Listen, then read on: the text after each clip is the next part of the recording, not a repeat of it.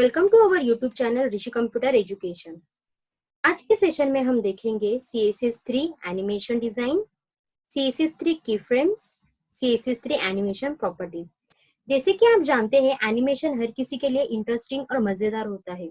ऐसे में अगर आप इसका यूज अपने वेबसाइट पर कर रहे हो और आपकी वेबसाइट आपके ऑडियंस के लिए और भी इंटरेस्टिंग हो सकती है। एनिमेशन के यूज से आप आपकी वेबसाइट और अट्रैक्टिव कर सकते हो, जिसके बहुत सारे एडवांटेज भी है।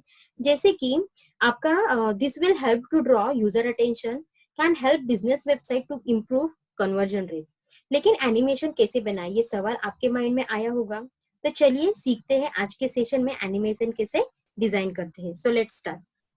एनिमेशन डिजाइन करने से पहले फर्स्ट ऑफ ऑल आपको आपकी एनिमेशन की जो प्रॉपर्टीज है, पहले दो प्रॉपर्टीज के बारे में पता होना जरूरी है, जिसमें फर्स्ट प्रॉपर्टी है आपकी की फ्रेम। तो एनिमेशन कैसे दिखाई देना चाहिए, इसमें कितने स्टेजेस होंगे और इनके स्टाइल कैसी होगी, ये की फ्रेम से डिफाइन किया जाता है। और जो सेकेंड है एनिमेशन प्रॉपर्टी, एट की फ्रेम्स बनाने के बाद उसे किसी एलिमेंट पर अप्लाई करने के लिए एनिमेशन प्रॉपर्टी का यूज किया जाता है। सो अब हम बात करते हैं CSS3 के की फ्रेम्स की। इसमें हम एनिमेशन के स्टेजेस को सेट करते हैं और हर एट की फ्रेम को तीन चीजों मिलाकर बनाई जाती है, जिसमें फर्स्ट है आपका एनिमेशन नेम। यहाँ पे आप स्पेसिफाई करते हैं आपके की फ्रेम के नेम को। सेकेंड है आपका एनिमेशन स्टेज, जहाँ पे आपकी जो स्टेजेस है उसमें जो 0% है वो आपका स्टार्टिंग रहता है, मतलब बिगिनिंग रहता है। जो आपका 100% है वो आपका एंडिंग स्टेज होता है, और ये दोनों के बीच में आप मल्टीपल स्टेजेस डिफाइन कर सकते हो। और थर्ड जो है वो है आपकी CSS3 प्रॉपर्टी। तो CSS स्टाइल्स जिसके हर स्टेजेस के लिए डिफाइन किया जा सकता है। तो अब हम डिस्कस करते हैं हमारे कोडिंग को। यहाँ पे आप देख सकते हो ब्राउजर पे मैंने एक आउटपुट जनरेट किया है, जिसमें एक सिंपल आपको एक बॉक्स दिख रहा है, जिसको एक स्पेसिफिक विड्थ एंड हाइट हमने अप्लाई की है। इसकी जो कोडिंग है बहुत ही सिंपल है। सिंपल एक डिव लिया है जिसको क्लास अप्लाई किया है स्केल में, और वो डिव को इंटरनल CSS में हमने डिजाइन किया है। अब हम यहाँ पे डिजाइन करेंगे हमारे एट की फ्रेम को,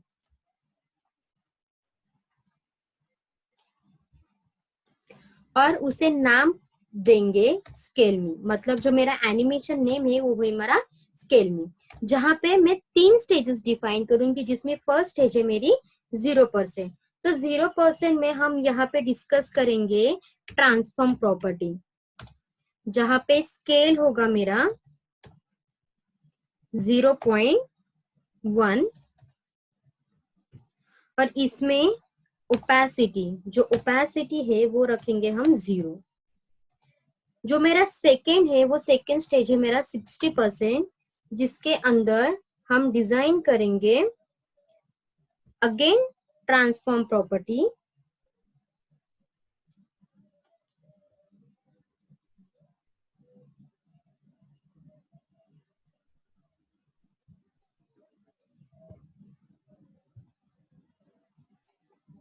जिसका स्केल होगा 0.5,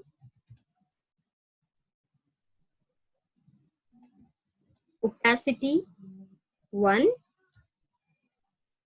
और जो लास्ट स्टेज है 100%, जिसके अंदर ट्रांसफॉर्म स्केल 1। अब हम बात करते हैं हमने यहाँ पे बेसिकली क्या किया है। यहाँ पे हमने ये एग्जांपल में की फ्रेम में स्केल नाम का मैंने यहाँ पे मेरा जो एनिमेशन नेम है वो यहाँ पे दिया है, और की फ्रेम यहाँ पे बनाया है, जिसमें तीन स्टेजेस है। पहला जो स्टेज है वो पहले स्टेज में एलिमेंट की साइज ट्रांसफॉर्म प्रॉपर्टी से स्केल करके छोटा रखा जाएगा। फिर जो मेरा सेकेंड स्टेज है जो है मेरा 60%, सो यहाँ पे 60 से स्टार्ट होगा, उसमें साइज थोड़ा इंक्रीज किया जाएगा, और फाइनली जो मेरा लास्ट स्टेज है वो लास्ट स्टेज में हमारा जो ओरिजिनल साइज है वो ओरिजिनल साइज में डिस्प्ले होगा। ठीक है, अगर हम इसका आउटपुट देखेंगे तो कुछ नहीं, एज इट इज है। तो यहाँ पे अब हम बात करेंगे हमारे एनिमेशन को, मतलब अब बात करते हैं एनिमेशन प्रॉपर्टी के बारे में। एट की फ्रेम डिफाइन करने के बाद एनिमेशन को प्रॉपर वर्क कराने के लिए सीएसएस एनिमेशन प्रॉपर्टी का यूज करना इंपॉर्टेंट है। तो एनिमेशन प्रॉपर्टी से की फ्रेम को किसी भी सिलेक्टर या एलिमेंट के लिए कॉल किया जाता है।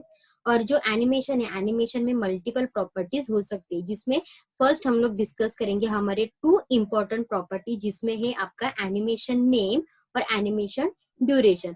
तो यहाँ पे अब ये कैसे अप्लाई करना है, जो हमने एनिमेशन नेम क्रिएट किया है उसके ऊपर हम डिस्कस करेंगे और डिफाइन करेंगे एनिमेशन नेम। तो नेम क्या है मेरा, स्केल में,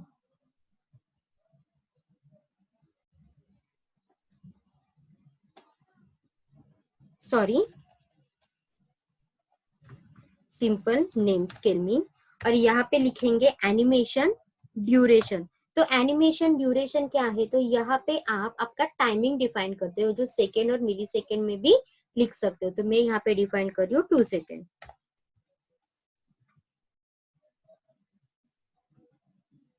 आप देख सकते हो यहाँ पे मेरा एनिमेशन वर्क हो रहा है। तो ये तो थी दो इंपॉर्टेंट प्रॉपर्टी, जिसके लिए हमने क्या किया है, जो ड्यू लिया है, जो ड्यू बनाया है उसको हमने कॉल किया है, कॉल करके ड्यू एलिमेंट को एनिमेट किया है। तो जैसे कि हमने बताया एनिमेशन नेम और एनिमेशन ड्यूरेशन, ये दोनों एक प्रॉपर्टी इंपॉर्टेंट है, सबसे ज्यादा जरूरी है। लेकिन और भी एनिमेशन की प्रॉपर्टीज है जो एडिशनल प्रॉपर्टीज के और एडिशनल प्रॉपर्टी जैसे काम करता है, और हमारी जो कोडिंग है उसको एडवांस और कॉम्प्लेक्स एनिमेशन करने के लिए भी आप इसका यूज कर सकते हो। जैसे कि जो मेरी एनिमेशन प्रॉपर्टी है उसमें फर्स्ट आती है, जो डिस्कस की हमने, वो है हमारी एनिमेशन नेम और एनिमेशन ड्यूरेशन। जो थर्ड है वो है हमारी एनिमेशन इटरेशन। तो ये एनिमेशन इटरेशन काउंट क्या करता है, तो एनिमेशन कितनी बार रन होगा ये डिफाइन करने के लिए एनिमेशन इटरेशन काउंट का यूज होता है। किसी डिफॉल्ट वैल्यू, मतलब जो 1 है, 1 होती है। अगर आपको एनिमेशन लगातार बिना रुके चलाना है तो जो वैल्यू है वो इनफाइनाइट रखते हो, ठीक है। मतलब आप दो तरह से प्रॉपर्टी ऐड कर सकते हो, एक तो 1 जो आपकी प्रॉपर्टी है, और अगर आपको वही प्रॉपर्टी, मतलब वो जो आउटपुट है वो अगेन एंड अगेन आपको अगर इनफाइनाइट टाइम चाहिए तो आप वैल्यू जो है वो इनफाइनाइट लिख सकते हो। उसके बाद आती है आपकी एनिमेशन टाइमिंग फंक्शन। तो एनिमेशन की स्पीड कर्व डिफाइन करने के लिए एनिमेशन टाइमिंग फंक्शन प्रॉपर्टी का यूज किया जाता है। इस प्रॉपर्टी के अलावा अगर मतलब अलग अलग वैल्यूज होती है, जिसमें है इज, मतलब इससे एनिमेशन की स्पीड स्टार्टिंग और एंडिंग में स्लो होती है, जबकि बीच में फास्ट होती है। ये डिफॉल्ट वैल्यू है। सेकेंड है इसकी लीनियर, इससे एनिमेशन स्पीड स्टार्टिंग तक सेम होती है। इज इन, एनिमेशन स्टार्टिंग में स्लो होता है। इज आउट, एनिमेशन की स्पीड एंडिंग में स्लो हो जाती है। इज इन आउट मतलब स्लो स्टार्ट और जो स्लो एंडिंग के लिए यूज होता है। और क्यूबिक बेजियर जो आप खुद से डिफाइन करते हो, मतलब खुद से कस्टम टाइमिंग क्रिएट करने के लिए इसका यूज होता है। उसके बाद आती है आपकी एनिमेशन डिले। तो एनिमेशन कब स्टार्ट होगा ये कंट्रोल करने के लिए एनिमेशन डिले प्रॉपर्टी का यूज किया जाता है। इसे वैल्यू सेकेंड या मिली सेकेंड में भी स्पेसिफाई कर सकते हो। और आपकी जो वैल्यू, अगर मैंने यहाँ पे 2 सेकेंड वैल्यू रखा तो इसका मतलब आपका एनिमेशन 2 सेकेंड के बाद शुरू होगा। एंड देन एनिमेशन डायरेक्शन, तो यहाँ पर एनिमेशन का, और यहाँ पर जो डायरेक्शन है, डायरेक्शन का मतलब है फॉरवर्ड और रिवर्स। एनिमेशन रिवर्स डायरेक्शन में रन होगा, फॉरवर्ड में अल्टरनेट साइकिल में रन होगा। ये स्पेसिफाई किया जाता है एनिमेशन डायरेक्शन के प्रॉपर्टी पे। मतलब यहाँ पे आप फॉरवर्ड रिवर्स ये दो जो प्रॉपर्टी है वो डिफाइन कर सकते हो। जो अभी जो हमने यहाँ पर प्रॉपर्टी डिफाइन की है वही प्रॉपर्टी अभी हम हमारे कोडिंग में देखेंगे। तो यहाँ पे डिफाइन करते हैं हमारे एनिमेशन इटरेशन काउंट को। जो मैं इटरेशन काउंट यहाँ पे फर्स्ट 2 रख रही हूँ।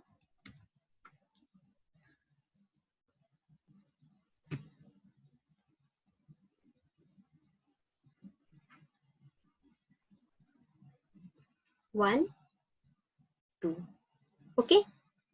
यहाँ पे हम एनिमेशन टाइमिंग भी डिफाइन कर सकते हो, टाइमिंग फंक्शन।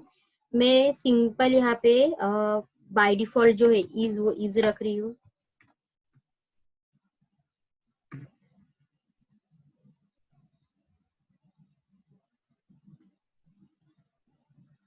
उसके बाद हम यहाँ पे एनिमेशन डिले डिफाइन करेंगे। मैं 2 सेकेंड का डिले रख रही हूँ।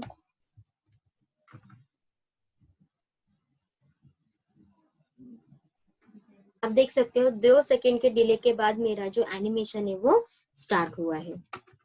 और यहाँ पे हमने जो लास्ट प्रॉपर्टी देखी है एनिमेशन डायरेक्शन,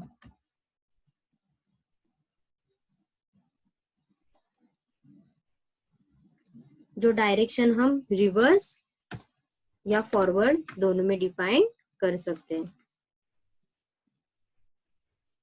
2 सेकेंड के डिले के बाद आप देख सकते हो यहाँ पे मेरा जो रिवर्स में कॉल्ड हो रहा है।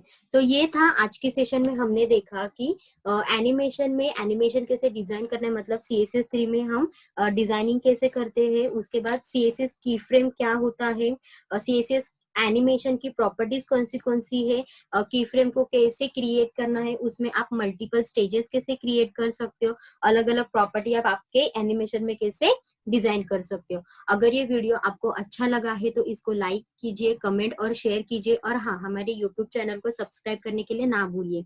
दिए गए बेल आइकन पे भी क्लिक कीजिए, क्योंकि हमारी जो वीडियोस है वो नए नए वीडियो अगर अपडेट होंगे तो उसका फर्स्ट नोटिफिकेशन आपको आएगा। Thank you.